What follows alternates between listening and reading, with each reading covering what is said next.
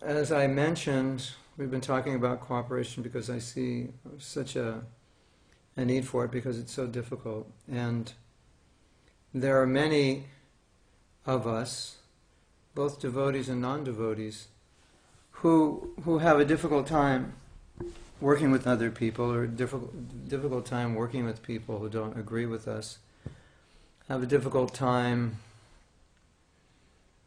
working with anybody who doesn't work under us. This is an unfortunate reality of the way some of us are made, or the way some of us have become, and it doesn't work so well in an organization in which we're trying to push forward if we become too autocratic. It has its benefits because some people are very qualified and should be in leadership positions, but if they become too autocratic, it makes it difficult for many people to work with them. It makes it difficult for them to understand other people.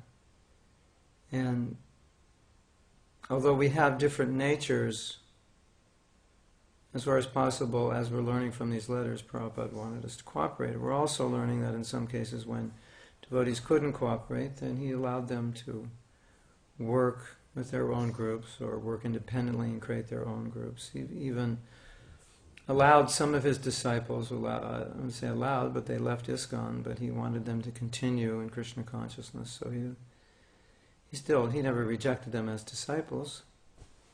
But in general, he wanted devotees to work together, and this it has become difficult for some, especially when somebody disagrees with something that's going on, then they feel it's against their integrity or it's simply wrong to support something that they don't believe is right, and so then we get into sensitive issues.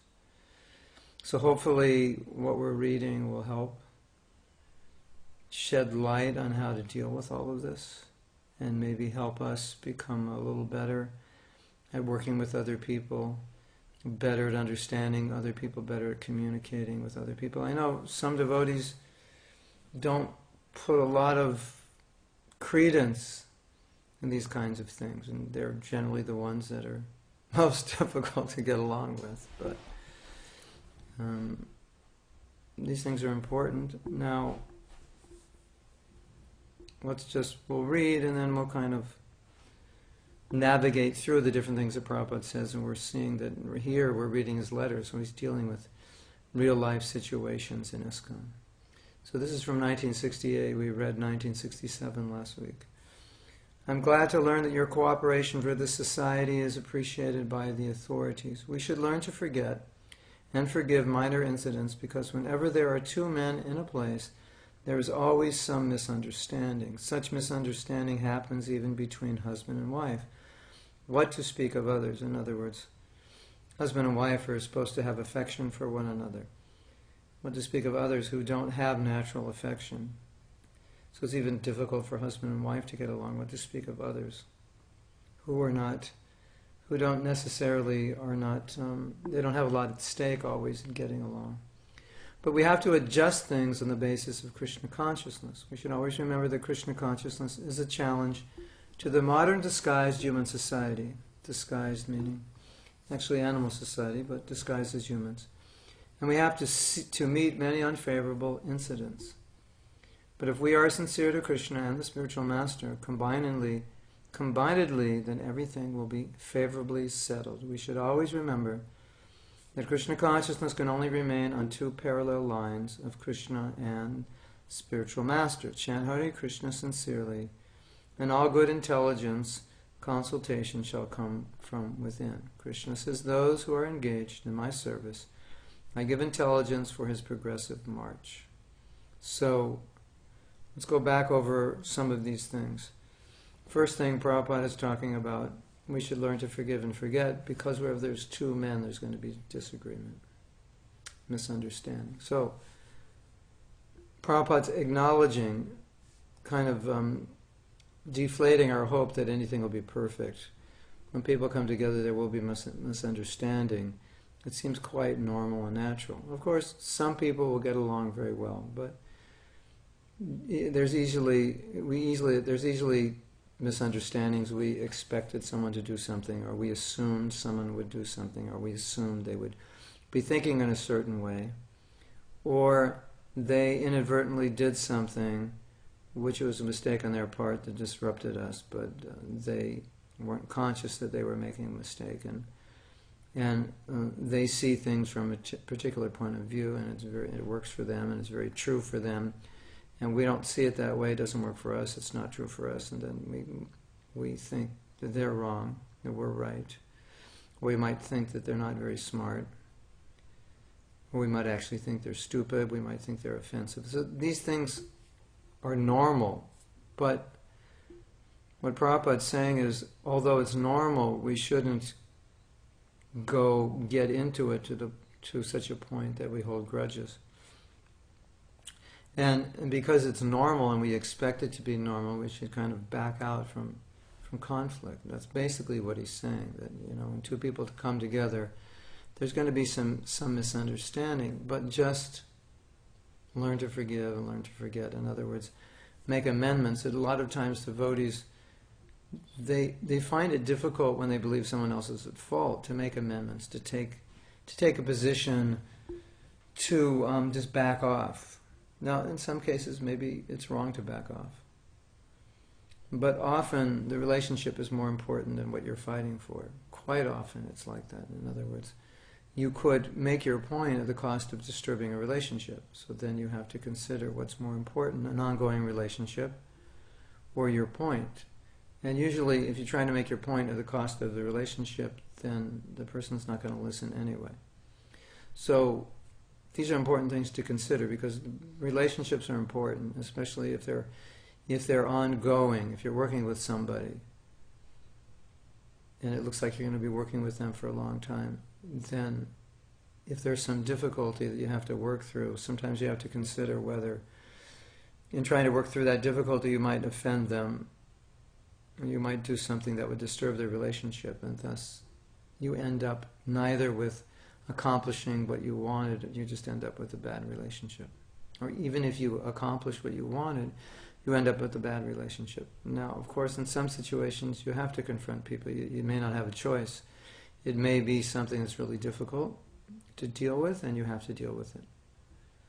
So I'm not saying you don't. Something may be very wrong and it needs to be corrected, but there may be ways of correcting it that can preserve the dignity of the other person, can preserve the integrity of the relationship, and that's important. And what we often find is that we have a tendency to give more importance to results than relationships, or be focused more on what is right than how the relationship develops. And that, I don't believe, is the way Prabhupada wanted us to deal with one another. Not that he didn't want us to do what is right, not that he didn't want us to understand what was right, and not that he didn't want us to correct what was wrong and make it right, but not at the cost of relationships where we put results over people, because Prabhupada never did that. People were always first. The spiritual life of his disciples was always first and foremost over anything, and he strenuously tried to keep us working together, even if there were differences. And he didn't mind that there were differences, but he wanted us to work things out, so in the end of the day everybody would be enthusiastic to serve Krishna, because at the end of the day, we're not all enthusiastic to serve Krishna, then things didn't work out, even if they did work out. The operation was a success, but the patient died, so that's not what we want. And a lot of times that's where our consciousness is at, that we go for a result at the cost of disturbing another person. So, as I'm saying, sometimes that's inevitable. Sometimes someone is doing something wrong, they need to be corrected, and they will be disturbed. That's their nature, but that's more the exception. Often it's because we, in correcting them, disturb them because of the way we did it, or we brought up an issue that was not necessary. One devotee was asking me how to bring up an issue with somebody if somebody does make a mistake, and I told her one of the things that I learned early on in the movement, and I don't know if this is being taught now, but apparently This was something Prabhupada taught. And he said that if somebody does something wrong, wait for a day to correct them. Let's say somebody's, cooked something and it wasn't right. So, right after it's offered and served out, if you tell them, it may be difficult for them. But if you wait a day or 2 or 3, and you say, 3 days ago that rice you made, well, it had too much. Did you notice it had too much salt? They won't be so emotionally involved in it at that point. So that's just a tactic in being diplomatic in order to create a good relationship. So it's important. It's not, I don't think it's being duplicitous.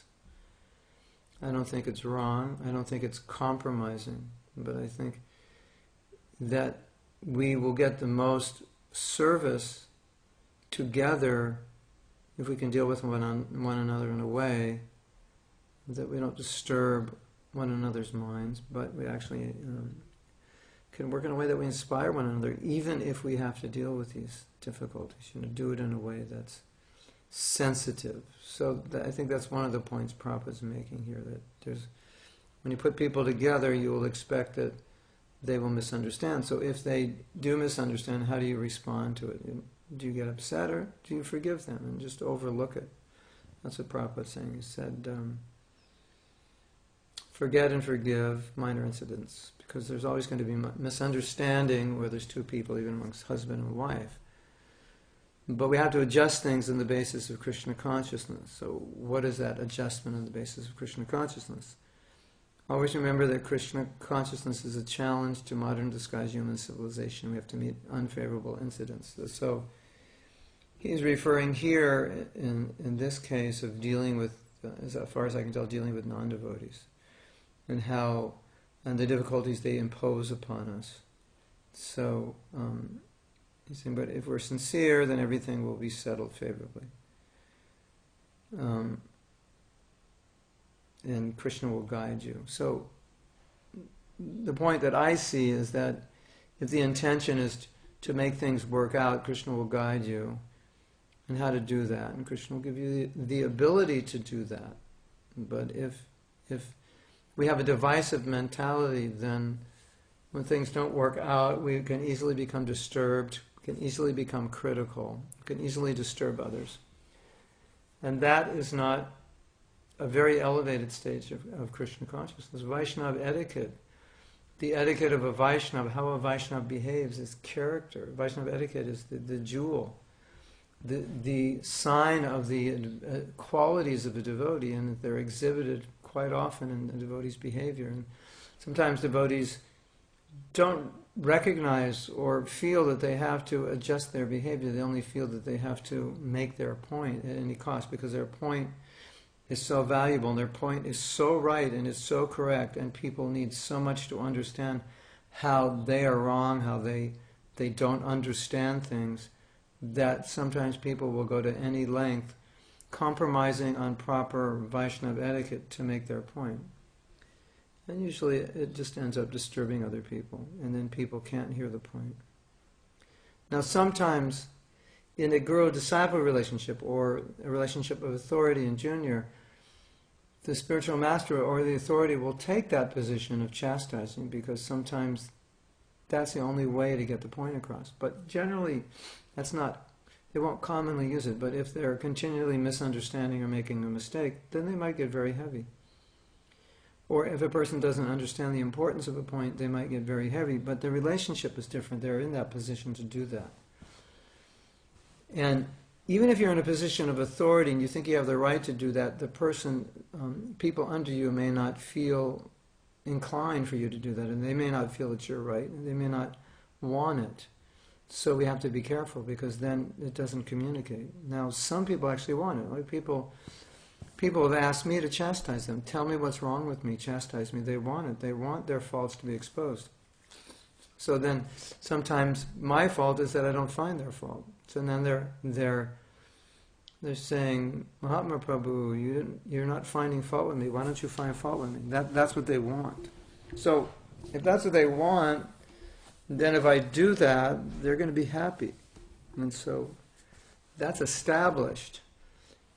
But if that's not what they want, and then you do that, often what you're going to get is you're not going to accomplish what you wanted to communicate. You're just going to get resistance. So, I am not looking at see if you have any questions, because I am reading from the folio. Okay. So far, so good. Welcome to all the newcomers who came after 8 o'clock. Is Guru Nishta Devi Dasi there? She was on, she's there, above you. Look above you, Marina. You will see her name. Yes.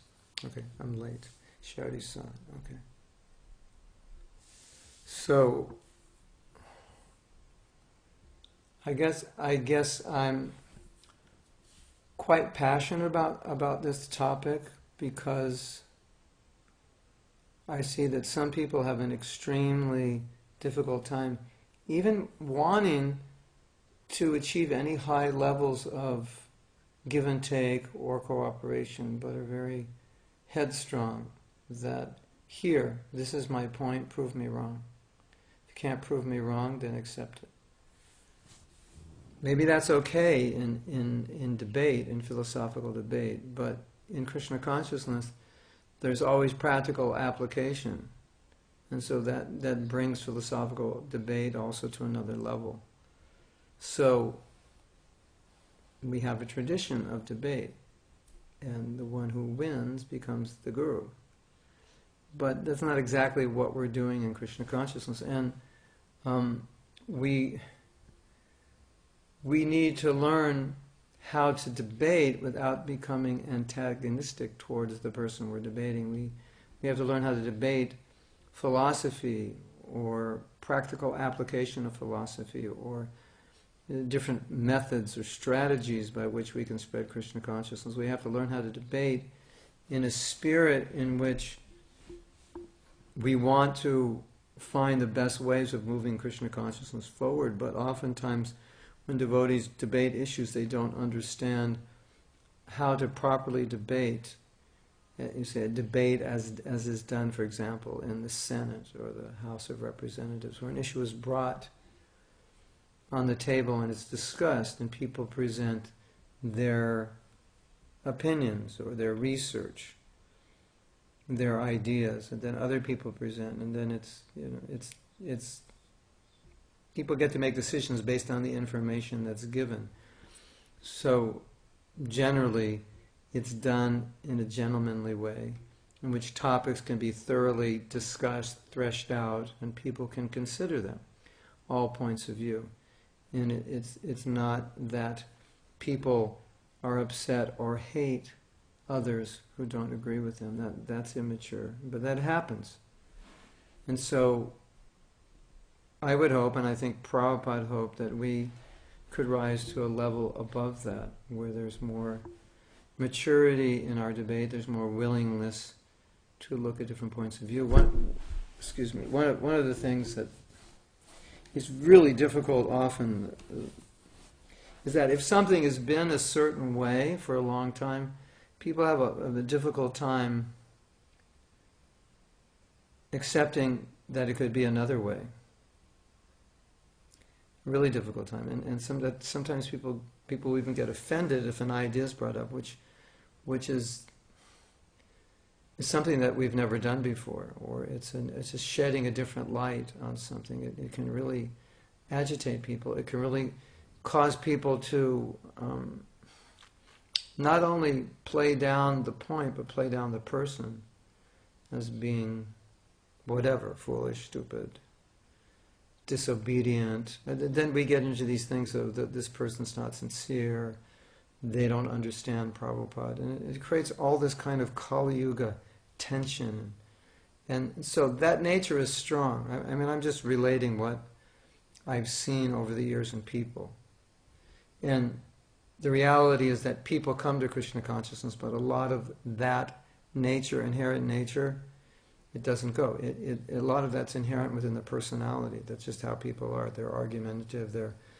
They are very cerebral, and so when they come to conclusions, it's very clear to them what's right and what's wrong, and it's very difficult for them to see it any other way. They get upset when other people don't agree with them. So I don't know where you're at in this whole spectrum. I'm throwing these things out. I'm not saying that you are anywhere in this spectrum, but I'm saying these are things I've observed in others. I've also observed them in myself. Sometimes I maybe become very attached to one idea, very attached to one way of looking at things, because it's something that I have considered to be right. It's something I've discussed with others who consider it to be right. It's an approach to Krishna consciousness, which I've looked at, and I've looked at Krishna consciousness through that lens. So when you look at it from a certain subjective lens, it all becomes clear from that perspective.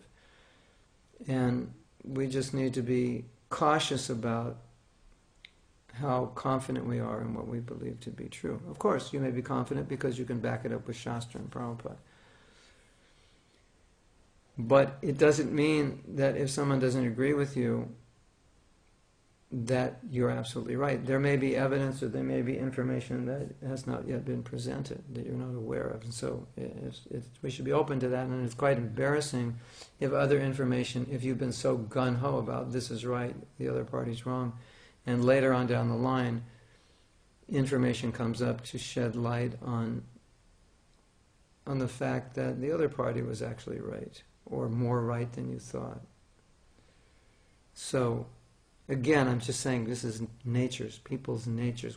So you look at your nature and how you deal with other people, and see in what ways that that could be a problem, that your nature could be a problem in interacting with others.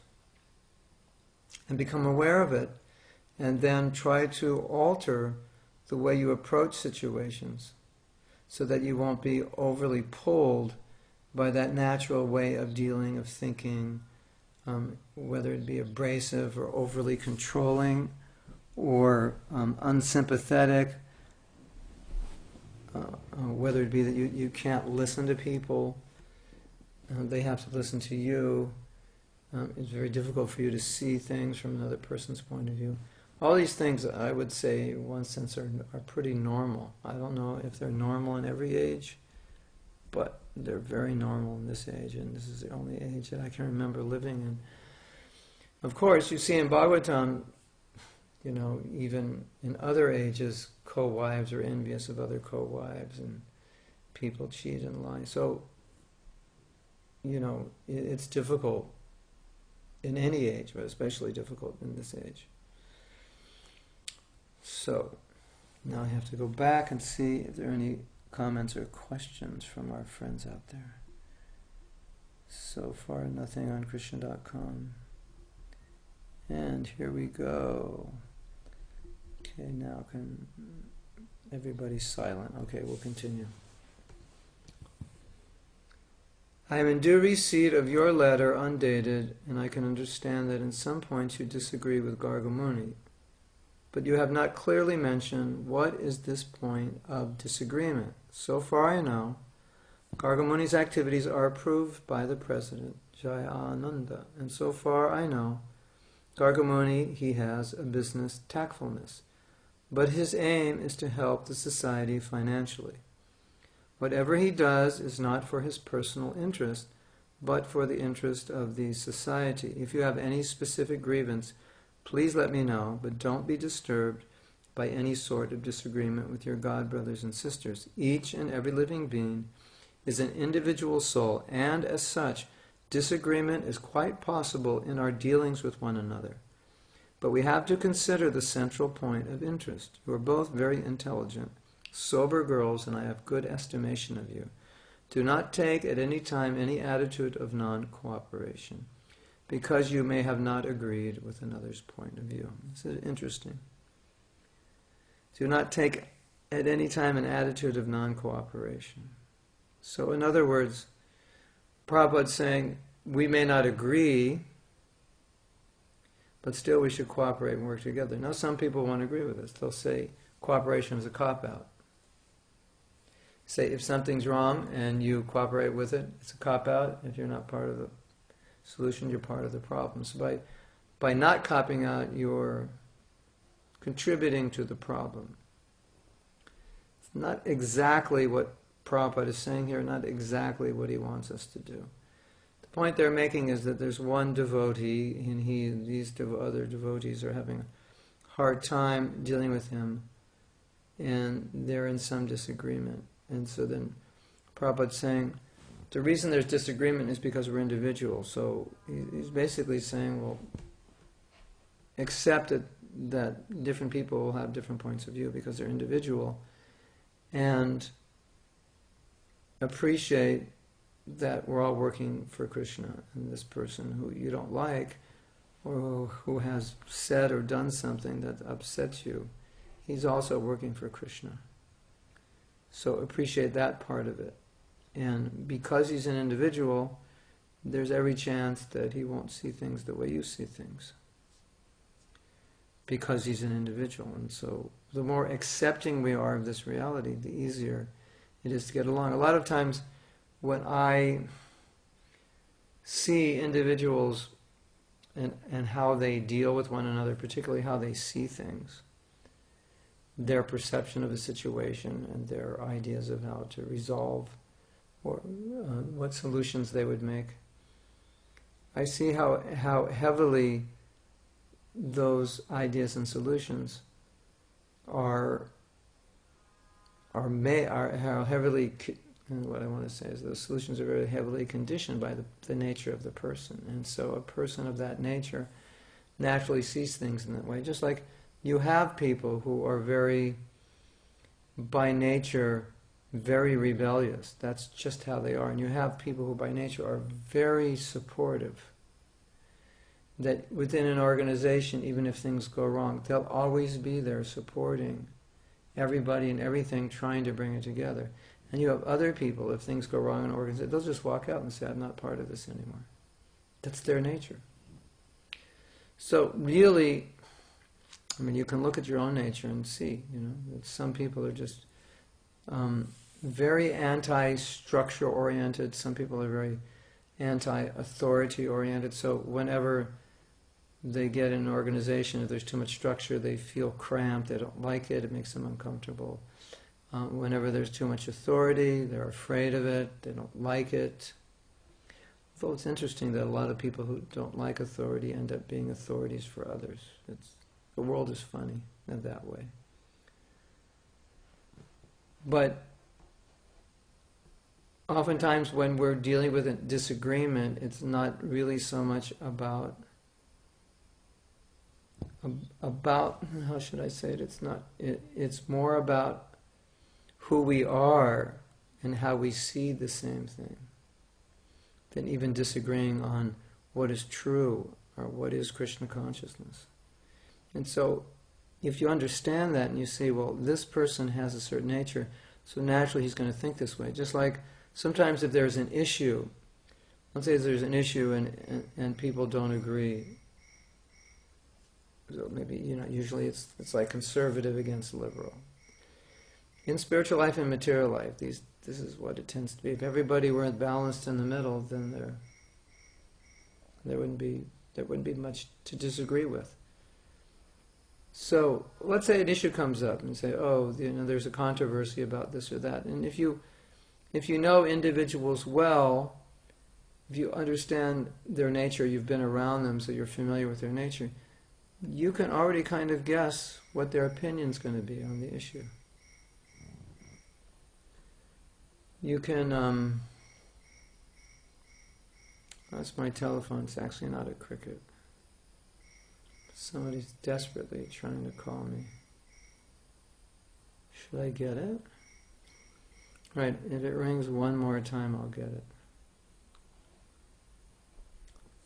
At least I'll look and see who's calling. So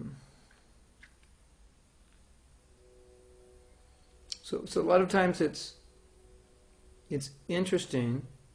It's both interesting and helpful when you're dealing in situations and seeing how people are reacting, to understand that a lot of their reactions are already preconditioned, or a lot of their beliefs or the way that they'll view something are preconditioned by who they are, by their personality, and by their conditioning. And then you'll also see people grow and change, and then sometimes they will accept the complete opposite side of an issue or an argument when they're older, because now they're different people, seeing the world differently. But but if that person has a very headstrong nature, then they'll argue the opposite point as strongly as they argued the other side before. So it's funny and interesting to watch how people operate, and because it helps us in being more cooperative ourselves. Because in these letters, one of the things we see from Srila Prabhupada is that usually a person's writing him and they're complaining, and he's addressing the issue back to that person and explaining to that person how they should respond. And so we can see what he's saying. He's saying, don't create factions, don't create disturbance, be an example yourself. Okay, don't go away. This is somebody who really wants to get me. Hold on.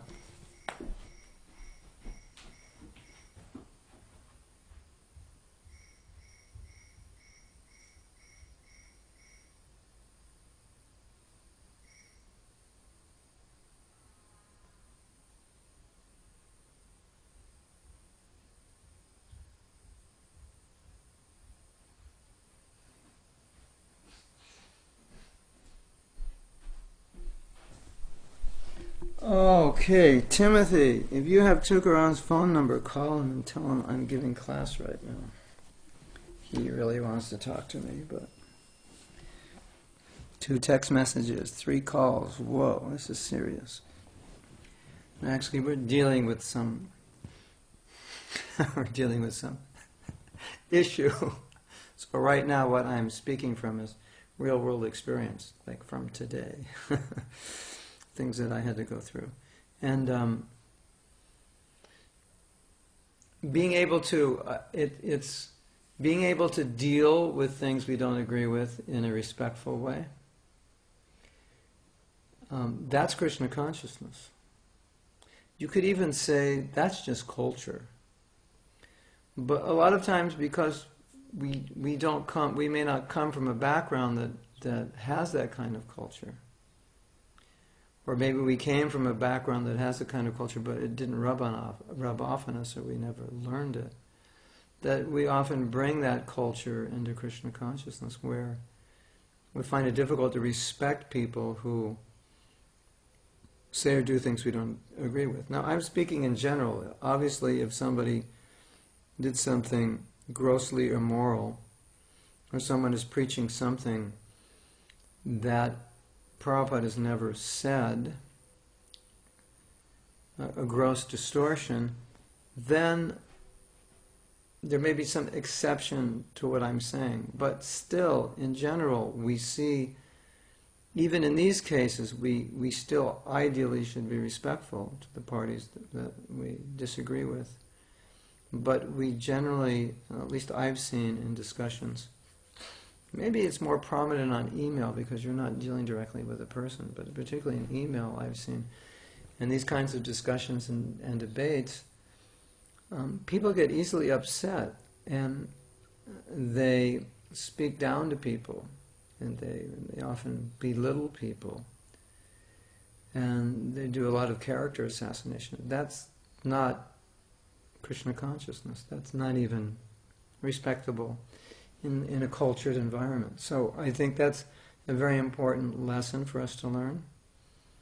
How to listen and hear and respect others' points of view and perspective, others' understandings, and appreciate them and appreciate their sincerity, even if we think what they say is wrong, even if we think it's really reflects a lack of understanding of our philosophy, even if we believe it's just downright stupid, and even sometimes if we believe it's offensive when it may not be. We have to be careful. So this is another observation that I've made through many years of dealing in various situations. I'm not saying these things are always common, but I'm saying that there is a nature, we all have a nature, and it does come out despite the fact that we may be very advanced in Krishna consciousness. We often have difficulties in respecting other people's points of view, or what we may see as other people's limitations in their vision, limitations in their strategies, limitations in their perception, limitations in their understanding of Krishna consciousness and how it applies.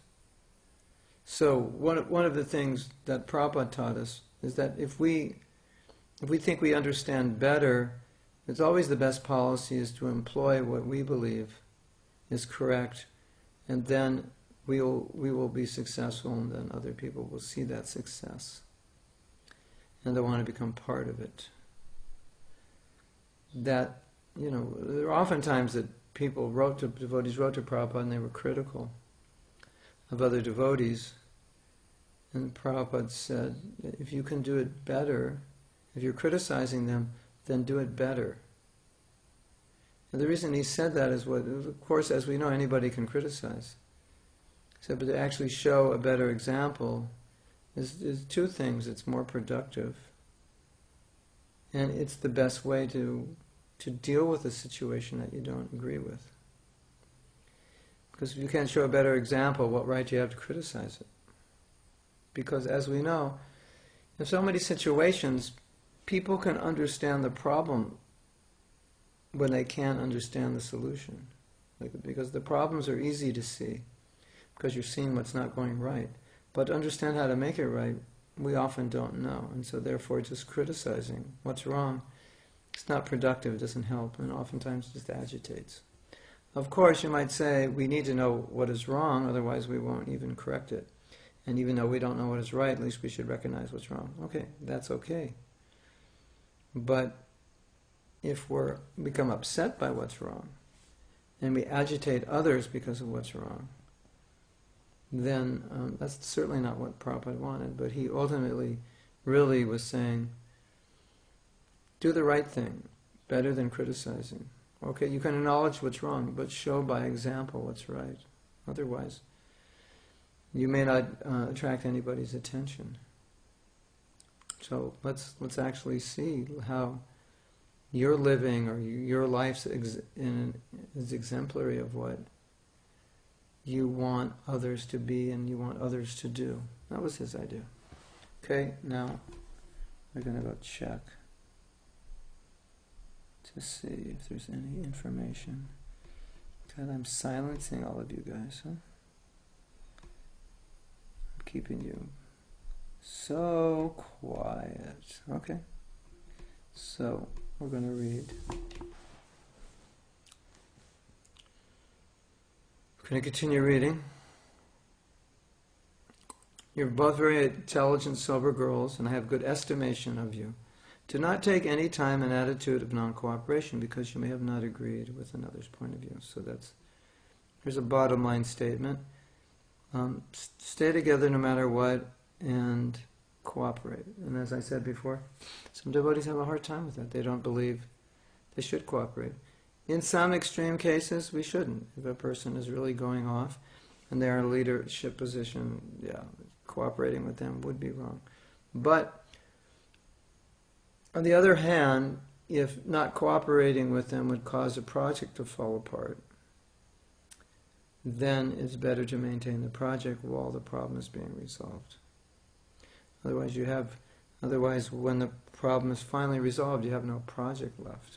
Especially if it involves taking care of deities. So maybe there's some crazy situation, you don't want to support it, but by leaving it, the deities wouldn't be properly taken care of. So you stay there to support the deities. So sometimes we will work in situations in which are wrong, which we don't agree with, because there are things at stake to maintain. Deities, devotees, temples, and so forth. So to be so gung-ho about this is wrong, we should have a... what do they do on a boat when they turn against the captain? It's not a coup d'etat. mutiny. We're going to have a mutiny here. So to have a mutiny in a temple generally is not a good idea, because you have to maintain the temple. So even if things are not going well, still the temple needs to be maintained. And so this has happened in our movement, and some people left, and I don't think you could fault them, and some people stayed, and I don't think we can fault them either, because they maintained the temple. If everybody left, there'd be no temple. The deities would not be taken well care of. So these are other points to consider. So Prabhupada goes on to say, I have heard about the incidents created by a new devotee, Jivanuga. He appears to be a crazy fellow. He should not have been initiated. But I have given him a chance to improve. Next time I'm not going to initiate anybody who has not attended our classes for at least 3 months and is not recommended by the leading members of the society. Less intelligent persons cannot take to Krishna consciousness. Please let me know what is your specific grievance, but I request you not to become disturbed. So, again, Prabhupada's willing to listen to her or his grievance, but requesting don't become disturbed by the situation. So this is a good point. In Kali Yuga, Shastra tells us people are easily agitated, easily disturbed. Now, if we become disturbed in our mind, it disturbs our Krishna consciousness. So, Prabhupada's saying, even there's a problem here, there's a disturbance, don't become disturbed by it. In other words, ply through the rough waters, and let's see if we can resolve the issue. That's the point. Because if we allow ourselves to become disturbed by disturbing situations, then it's a problem, isn't it?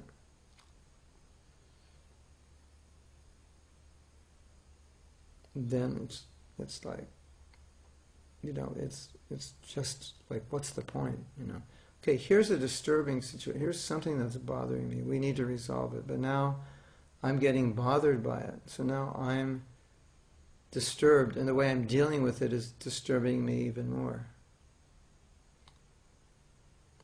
So what are we talking about here? So Prabhupada's talking about, okay, be tolerant of the situation. Interesting that the third verse of Shishashtakam, Trinadapi Sunichena, Tarori Vasihishana, be more tolerant than a tree. That is, of course, a common example we use, and one of the most important verses is to become more humble than a blade of grass, more tolerant than a tree. But when we actually analyze, if we actually analyze our life, we'll see how often we are intolerant, even though that is so foundational to what we teach. And so when we become disturbed by someone's actions, and maybe even retaliate sometimes, where's the tolerance? So I find it interesting because we talk about tolerance in our temples. We recite this verse. We understand the importance of it. There are stories of it in our Shastra. There's verses about it. Titikshava Kurunika, Suridam Sarvadehinam, the qualities of a devotee. He's tolerant. He's merciful. He's a friend of all living entities. So we hear these things, but actual life is a whole different story. And I've observed that oftentimes we feel like if something is wrong or if something is disturbing, then we have a license. We have how should you say, an unrestricted license to become intolerant and disturbed. And we don't. And we don't always realize that just because something is wrong or bad. Now, if Krishna is being harmed, the deities are being harmed, Prabhupada is being criticized, the movement is, somebody's doing something destructive, then it would be wrong not to be upset. But I'm talking about general and things that are often upsetting to us, that for which we should not be upset. Then it's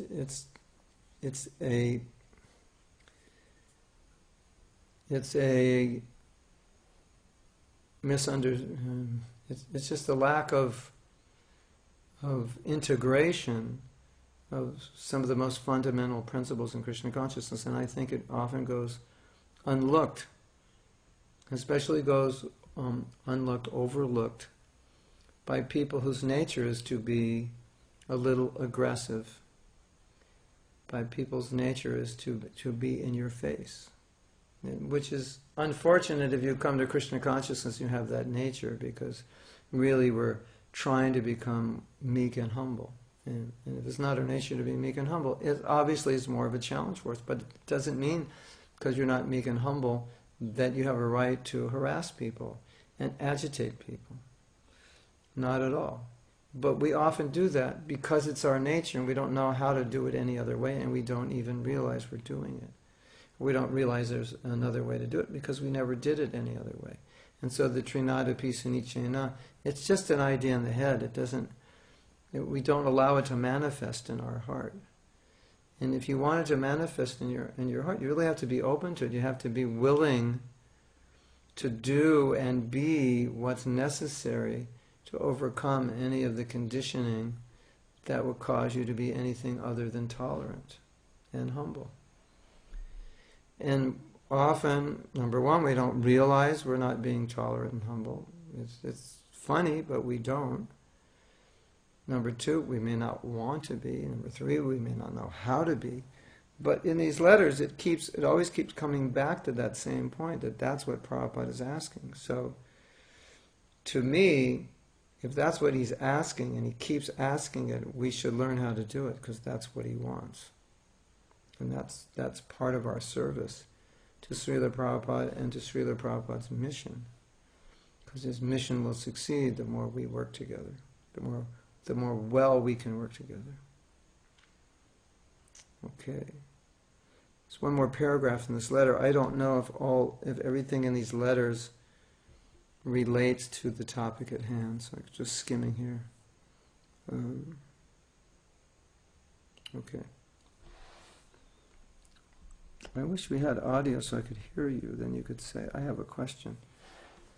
Actually, I think we may be able to organize that on Mayapur TV. We're not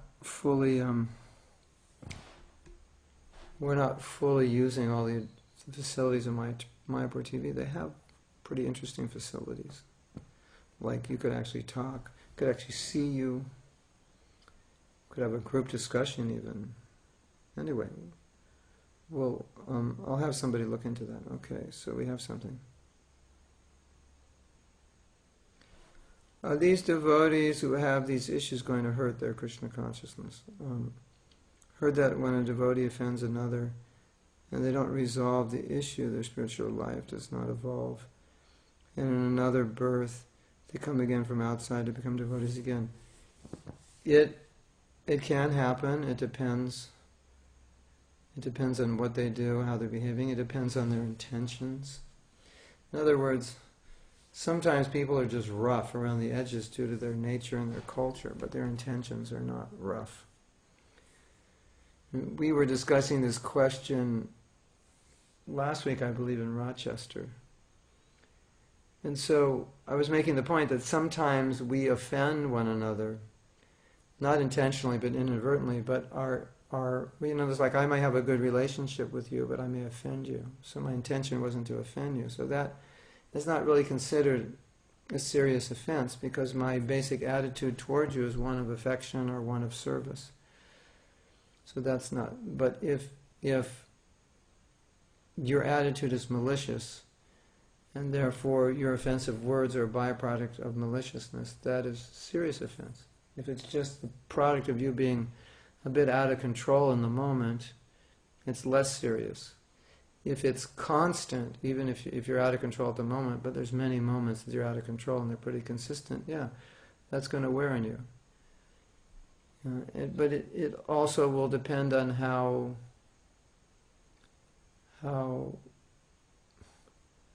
I mean, I hate to say this, but I've just observed this, and how your offenses are engaged in serving Krishna, if that makes sense. I mean, I don't want to give you a license to offend people in the name of serving Krishna, but sometimes I've seen devotees very seriously desiring to serve Prabhupada, and they've made offenses to other devotees in their service, but their sincerity to serve was so strong that somehow they pulled themselves through.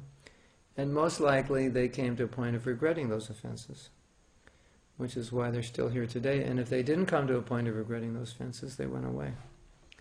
So in general, I agree with what you said, but I just wanted to qualify it a bit. I mean, I've seen devotees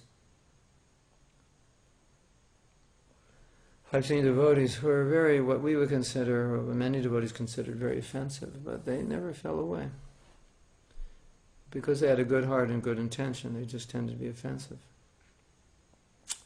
Now, I think we could put forward the argument that if they didn't do that, they would have made more advancement. So, you could say, well, they didn't fall away, but they would have been more Krishna conscious if they didn't do that. And I would say I would agree with that. I would agree as a general principle we should avoid offending another devotee and not justify it in some way, but be cultured in how we deal with people we disagree with. And I think this concept of culture and Vaishnava etiquette is something that's very important for us because it sets boundaries in how we interact. Otherwise, we may not have proper boundaries for interacting, which is what we're discussing here, how we may react in a way which is very conditioned by our culture. And that's how people in our culture react when they're upset about something. And then we react the same way. And so if we understand there's a culture and a procedure in dealing with other devotees that should show respect even when they are not respectful. Even when devotees become upset with us for things we've done, we should still not fall to that level because we don't like it that they're upset. We don't agree with that. And so if we become upset, then we're doing exactly what we don't agree with. We're doing what they're doing. So then it becomes this huge paradox, I'm upset that you're getting upset. And now I'm upset, and I don't like it that you're upset, and that upsets me, and then it's like, what's the point? And we don't often see that, do we? Because we're so focused on other people. We just had a workshop this weekend, and the topic of humility came up, and I was making the point that our conditioned nature is that we see faults outwardly, we don't see faults inwardly. So we're naturally aware of other people's problems. We're naturally aware of other people's faults. We're naturally aware of what other people are doing wrong, and we're very unaware of ourselves. Where as you advance in Krishna consciousness, it shifts, and you become very aware of your own deficiencies, and you don't really notice the deficiencies of others. There's stories in our scripture like that where people who are more elevated, they don't notice what's wrong with another person. They only notice what's right. So that's also part of culture. So what our scripture, what Bhagavatam is teaching us, that we should be very cautious about criticizing other devotees. And so there's so many stories in the Bhagavatam about devotees who criticized other devotees, who ended up in disastrous situations. Their Krishna consciousness suffered. So another answer to your question is, yeah, we should at least be very cautious about it, because that's why those stories are there in the scriptures, so that we would be very cautious. And if we're sincere devotees, if we make a slip, if we apologize, of course, this will happen. But we should never think that we have a right or a license to be harsh, to be critical, and think that that's not going to hurt our devotional service. It may not destroy it, but it'll hurt it. And it's also not indicative that you're advancing in Krishna consciousness if that's what you're doing. So it's kind of like you get what you pay for. So if you're always offending devotees, that's just a symptom that you're not doing well. And by offending devotees, you're going to do less well, and you're probably going to offend more devotees, and then you'll do less well. And if that process something doesn't intervene in that process, then yeah, you could just go down, and you could lose faith in Prabhupada, you could lose faith in Prabhupada's disciples and other devotees. That's highly possible, and that happens. But you could, another interesting thing is you could still go on in Krishna consciousness, but you could just be, still remain offensive and be on a much lower level than you would be. And so sometimes we think, well, I must not be offensive because I'm going on in devotional service. But you might be offensive, you're just going on a lower level. And you should be or could be at a higher level. So sometimes we see that. A person's very offensive, but somehow or other, they go on. They just have a desire to go on. But they're just not advancing very much. And you see them years later, and they're still griping and groaning and moaning about everything and everybody. So they haven't progressed that much. But they're still in Krishna consciousness, and it sometimes, unfortunately, it's a devotee may be advancing nicely, but they just have that nature that they're grumpy, and they're critical, and they're proud, and it's hard for them to shake it. So they're still engaged in devotional service, but they have that other side, and it just definitely doesn't help them at all. So Guru Nishna, getting disturbed by a disturbing situation would be falling prey to Maya.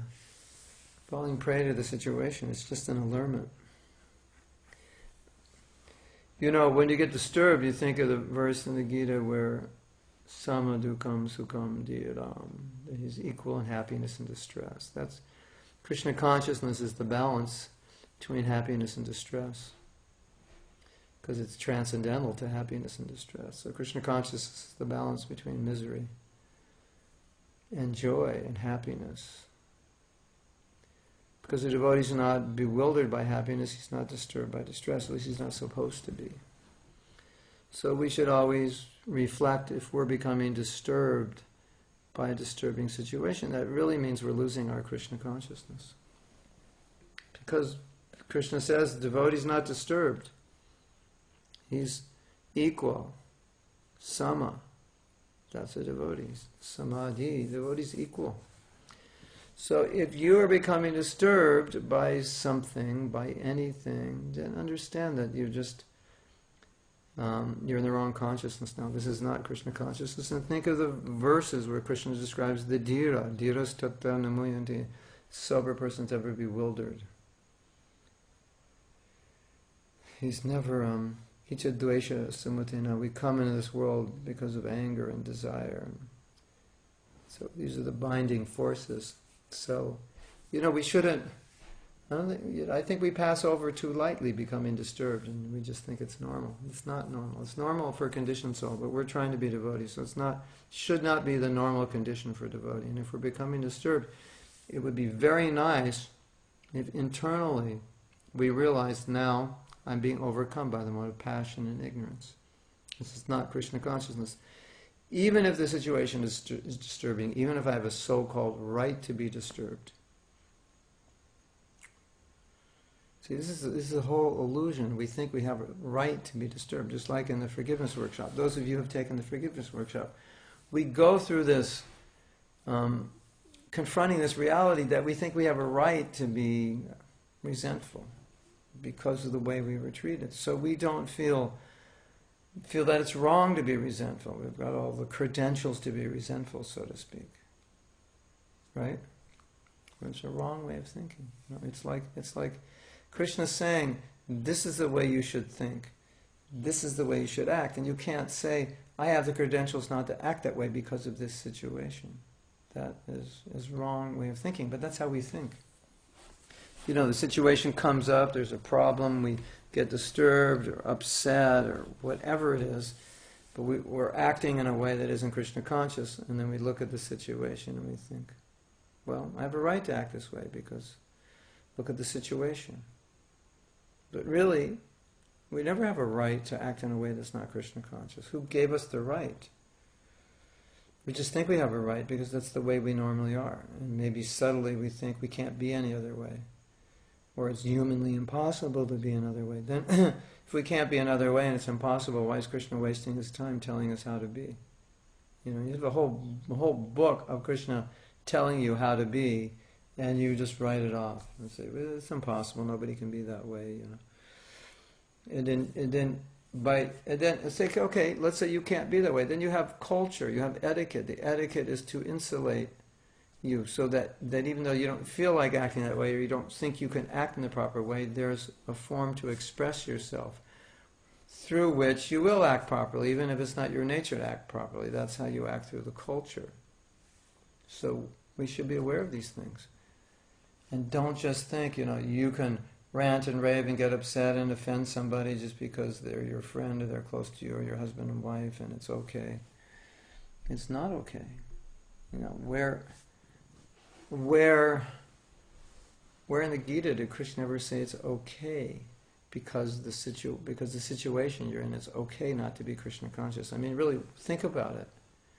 It's like we're thinking, okay, it's okay to act this way in this situation. Then I would ask the question, Prabhu, is there ever a situation where it's okay not to be Krishna conscious? And of course you would say, no, you should always remember Krishna and never forget him. But really what we're saying here, and if you look at your life, what we're saying is that, yeah, it's okay not to be Krishna conscious because I have all the reasons that I don't have to be, because look what happened. And I'm just normal, and anybody would act this way, and this person did this and that and really hurt me, and they're really insensitive, and he's really aggressive, and he's so stubborn and this and that. So I have all the rights to be disturbed, to also be aggressive, to come to their level.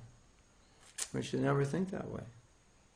Because if we do, then it's like we missed the whole point of why is Krishna teaching us to be a different way. And you say, well, he's teaching us to be a different way in normal situations where nobody's disturbing you. No, it's not true.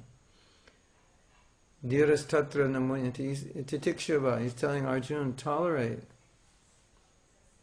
You know, happiness and distress, heat and cold, fame and infamy, tolerate all this. So, Arjuna's on a battlefield, you know, I mean, that's the strongest argument you can give. He's on a battlefield, and that's where Krishna's telling him to be sama, be balanced. So, we're not on a battlefield, we're just driving down a freeway, we're dealing with people at work. So, it's much harder to be equiposed on a battlefield. So, but that's where Krishna's giving it. So it just makes the point even stronger, don't you think? That you don't have a reason to not be Krishna conscious. It's like, this is such a good mantra. There is no reason not to be Krishna. There's no good reason on earth not to be Krishna conscious. There's no good reason that whatever has happened, what anyone has done, whatever situation you're in, ultimately there's no good reason not to be Krishna conscious, because it can't be a good reason if it ends up you're not Krishna conscious. It always has to be a bad reason. Anything that takes away your Krishna consciousness has to be a bad reason. It can't be a good reason, but that's how we think, unfortunately. And so, I'm just trying to bring your awareness that when you see your consciousness degrading into something that's not Krishna conscious, don't think you have a valid excuse why you can be this way. Well, as my wife said this, my husband said that, my teacher said this, my professor said that, this, that, and the next thing, this didn't work, that didn't work, I became overwhelmed. Okay, all right, we understand it. But never think you have a right to be that way, and become aware when you're that way, that you're not being adhira. You're being adhira, unsober. Hare Krishna. Mahatma is heavy tonight. Watch out. It's going to heat up your room. It's just, sometimes I look at how Maya and the modes of nature pull us in. And it's actually so, if you stand back from it, it's so easy to see how they do it. It's so clear. Sometimes I just get mad because I feel like we're being cheated. We're allowing ourselves to be entangled by Maya. And it just upsets me. Then I get heavy. Hare Krishna. Okay. So Guru Nishta, formerly Pallavi, says one more gem from the workshop that I find was that unless we have the experience ourselves, we cannot help others. Could you please elaborate on the same? Well, it's really hard to teach what you don't realize. I mean, if it's just book knowledge. Because if you experience Krishna consciousness, that means if you're living it and you're getting realization, then you're speaking from the platform of experience, and that's how you communicate, not only in words, but your presence communicates it, because you're exemplifying it. And so we're not, our service is to help other people, and we have to be more helped than they are. We have to be in a more helped position, so to speak, to help them. And the more helped position we are in, physician, heal thyself, the more healthy we are, the healthier we can make others. Let's say, Pallavi, you were super healthy, like you ran 5 miles a day, right? See, Pallavi's feigning now. Guru Nishta, she's feigning now just by thinking of running 5 miles. Let's speak of doing it, right? But let's say I told you, Pallavi, by next year I want you to be able to run 5 miles and lose all this weight, and and I want you to do everything you can to become healthy. So then you start researching, and you change your diet, and you start taking these supplements and going these exercise programs. So now a year later, you're like, you're really energetic, you've lost weight, you're really knowledgeable about what's good for you and what's bad for you. Now, if you were to go out and teach that, you're teaching by example, you're teaching by experience. It's going to be powerful. But if you just read some books and you don't really apply it well, you understand the concepts and you're going to teach it, but, if you're not healthy, if you can't run 5 miles, then when you're talking about how we should be able to, if we're 30 years old, we should be able to run 5 miles at least, it's not going to communicate because you're not doing it. So, you help. The more you work on yourself, the more you get realization, the more you advance, and then the more you can help others by the work you've done on yourself, because now you have the realizations through which you can progress in Krishna consciousness more and more and more. Because you've done it yourself, and Krishna had to give you the realization so you could do it yourself. And now other people are in the same situation. Say, come with me, I know the road, I've been there, this is how it is. And don't step there and wear these shoes and wear these clothes because I've been there, and we can go out there. Okay. So we can go on to the next. Marina says, I think we should take the issue to Krishna or Prabhupada and they will take care of it. I've done this and it works. Could you explain what you mean by take the issue? Like if you're having a run-in with somebody, what? You pray to Prabhupada or just wait and pray that it's resolved? Is that what you mean? That can work, yeah. Because sometimes there is no other way to resolve it. But one of the points I'm making is that when you're in this situation, don't agitate it more. And sometimes if you can't resolve it, then you just pray to Prabhupada and Krishna and say, I can't resolve this, can you help? Can you inspire me? Can you inspire the other people? That's great. Timothy, thank you, Prabhupada. It's all very helpful. What does it mean, then, the verse in the Gita where it says the devotee is steady in happiness and distress? If a pure devotee is feeling distressed, then this means he is disturbed? It's really talking about the devotee in a lower stage, because ultimately in the higher stage he's not disturbed. But you can also say that as long as you have the body, there's going to be some tingling going on somewhere, saying, satisfy me. So that's, the tortoise and the shell verse. And other verses in the Gita where Krishna talks about self-control. So put both things together. In our stage, we're going to be in a situation and we're going to say, this is really disturbing. But even on higher stages of Krishna consciousness, like you see, Prabhupada was dealing with, especially when he was dealing with devotees who weren't getting along, it created a lot of headaches for him in management. And he used to say that, these are giving me, this is just a big headache. And there were people trying to undermine the movement and so many things, and it was definitely a disturbance. Because it was his concern about Krishna's movement. So because when you get to that level, it's just a different kind of disturbance. It's not about you anymore. It's about Krishna. So even on the higher levels of Krishna consciousness, there will be anxiety, but it'll be in relation to Krishna. Like, okay, the court is trying to take away our property somewhere. Yeah, it's disturbing. We'll be disturbed. There's a funny story.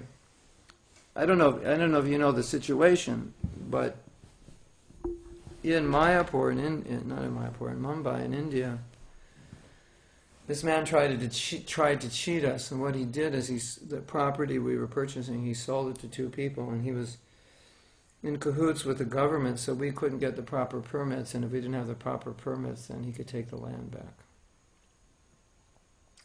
So then, what happened was, our lawyer was actually in cahoots with this other guy, and we didn't know it. And this other guy was in cahoots with city planning and development department, so we couldn't get any permits. They would just put us off, and the lawyer was undermining everything.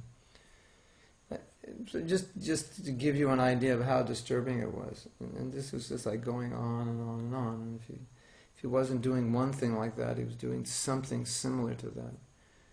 And Prabhupada had one of his disciples helping him with this, and one day the disciple came in and said, Prabhupada, I'm so disturbed by this, because this is just going on, and having to deal with this guy. It was incredibly, just an incredible,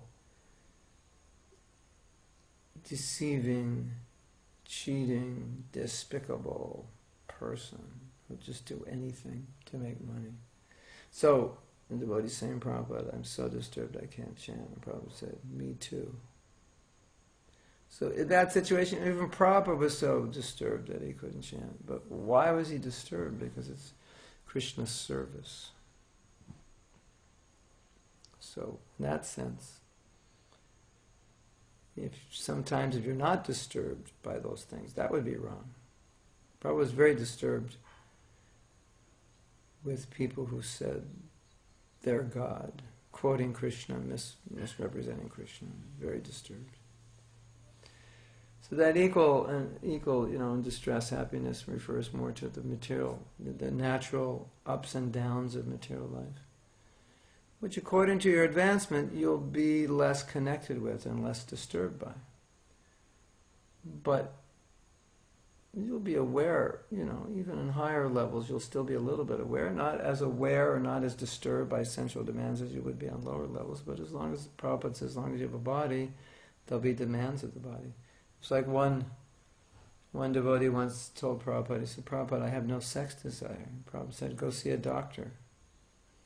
So, as long as you have a body, under like 75 or 80, maybe it's 85, I don't know. I don't know when sex desire completely stops. But as long as you have a body, you're aware of sex desire, you're aware of your hunger, you're aware of your thirst. So he's not disturbed by it, even if there's awareness of it. He's not disturbed. It doesn't control him. And then, of course, if you're completely transcendental, then you're beyond the body. Then it's different. But that's not going to be for a while. So this verse applies to us now. I hope that answers your question.